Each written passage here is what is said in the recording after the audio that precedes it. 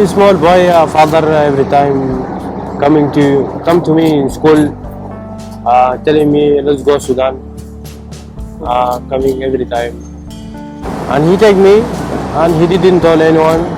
That time also, my mom called father, tell him where is this my son. He tell her, this son you will not see again in your life.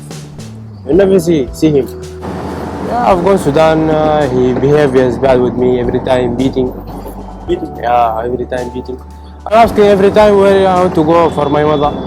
He tell me you don't have mother. മണ്ണാർക്കാടുകാരനായ Farooq പറഞ്ഞ ആളാണ് ഈ റഹീം എന്ന് പറഞ്ഞ അബുദാബിയിലുള്ള ആൾക്ക്.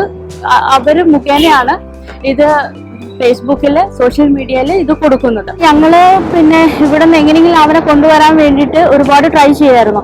അതിനുവേണ്ടി എന്റെ ഇളമ്മയുടെ ആന്റിയുടെ മോളും ഹസ്ബൻഡും അവരും പിന്നെ അതുപോലെ എന്റെ ഫ്രണ്ട്സും ഉണ്ട്, ഷറഫു ഷിബി എന്നൊക്കെ പറഞ്ഞ അവരെല്ലാവരും കൂടെ ഇതിനു വേണ്ടിയിട്ട് പൈസ എല്ലാം അറേഞ്ച് ചെയ്തു. ഇന്ത്യൻ പൗരത്വത്തിലേക്ക് ഇവന്റെ ഇത് ചെയ്യാന്നുള്ളതാണ് ഞങ്ങളുടെ പ്രയോറിറ്റി. അവന് ഇനി സുഡാനിലേക്ക് തിരിച്ചു പോകാൻ ഒട്ടും പറ്റില്ല, അവന് ഇനി പോകുകയില്ല.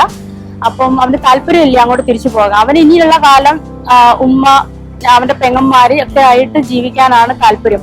അപ്പോൾ നാട്ടിലേക്ക് പോകുന്നതിന് മുമ്പ്, പൗരത്വമാകുന്നതിന് മുമ്പ് ജസ്റ്റ് ഇവിടെ ഒരു വിസ അതായിട്ട് ഒരു ജോലി എങ്ങനെയെങ്കിലും ഞങ്ങൾക്ക് ഇവന്റ് സംഘടിപ്പിക്കുക എന്നുള്ളതാണ്. This feeling, no one is body know this feeling.